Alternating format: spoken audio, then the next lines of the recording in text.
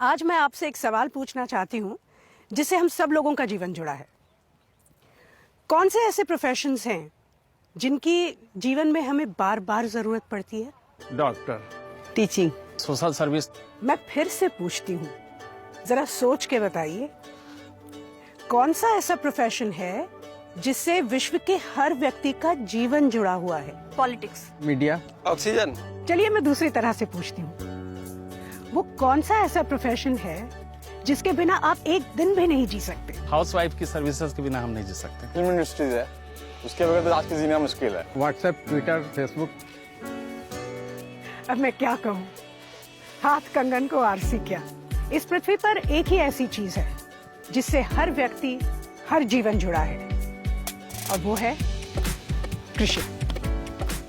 हमारी रोजमर्रा की जिंदगी में हमें डॉक्टर्स, लॉयर्स, इंजीनियर्स की कभी कभी जरूरत पड़ती है, लेकिन जिसकी हमें हर दिन, हर पल जरूरत पड़ती है वो है किसान।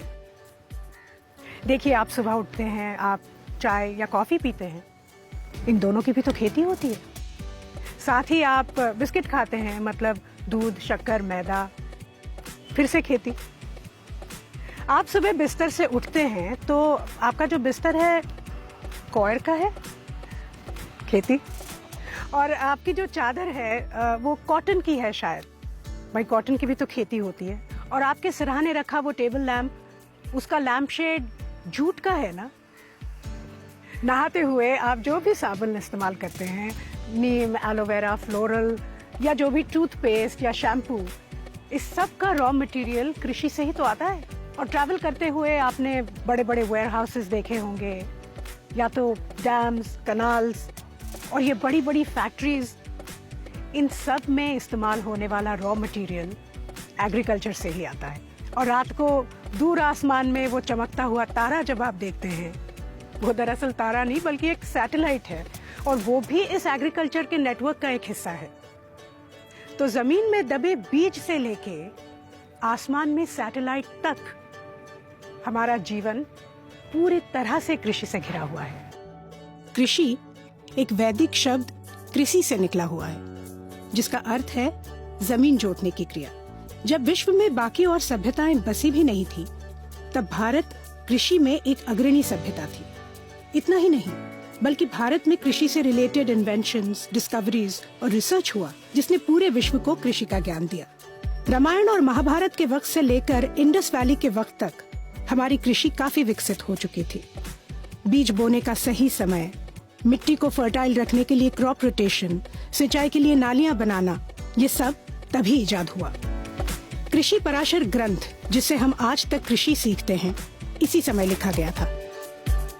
अथर्ववेद में कृषि को मानव का दर्जा दिया गया है, इसलिए हम इस धरती को अपनी माँ कहते हैं, और बड़े ही गर्व से इस जमीन को भारत माता कहते हैं।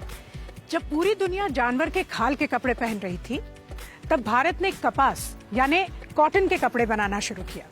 और क्या आपको पता है कि इरिगेशन में भी भारत सबसे आगे था? फर्स्ट सेंचुरी यानी पहली शताब्दी में कावेरी नदी पर बना कलानी डैम आज 2000 साल बाद भी वर्किंग कंडीशन में है। इसी दौरान हमारे मसाले पूरे विश्व में प्रसिद्ध होने लगे। रोमन एम्पायर के साथ हमारा विदेशी व्यापार शुरू हुआ। सी ट्रेड की वजह से हमारे प्रोडक्ट्स लगभग तमाम विश्व में निर्यात होने लगे, और इसके बाद कई सदियों तक कृषि ज्ञान और तकनीक का धनी भारत धीरे धीरे सोने की चिड़िया बन गया। और सोने की चिड़िया को किसी न किसी की नजर तो लगनी ही थी।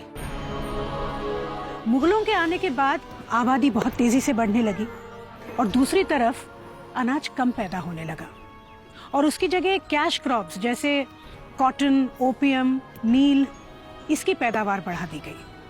मुगलों ने 1/3 फसल कर मतलब टैक्स के रूप में लेना शुरू किया। एक तरफ फसल कम हो रही थी, और दूसरी तरफ किसानों की हालत खराब हो रही थी। भारतीय कृषि पर लगा ये ग्रहण और गहरा हुआ अंग्रेजों के राज में, जब 1793 में गवर्नर जनरल लॉर्ड कॉर्नवालिस ने जमींदारी को अधिकृत कर दिया। सारा पैसा रईसों के पास चला गया, और भारत को सोने की चिड़िया बनाने वाला किसान आखिरी पायदान पर आकर सबसे कमजोर हो गया। अंग्रेजों ने नील की खेती यानी इंडिगो फार्मिंग पर जोर दिया। इसके कारण अनाज कम उगने लगा, जमीन बंजर होने लगी। भूखमरी और किसानों में अभाव, ये हमारे देश में कृषि का स्वरूप हो गया। कर ले मिलजुल के और खुल के सच्ची बातों की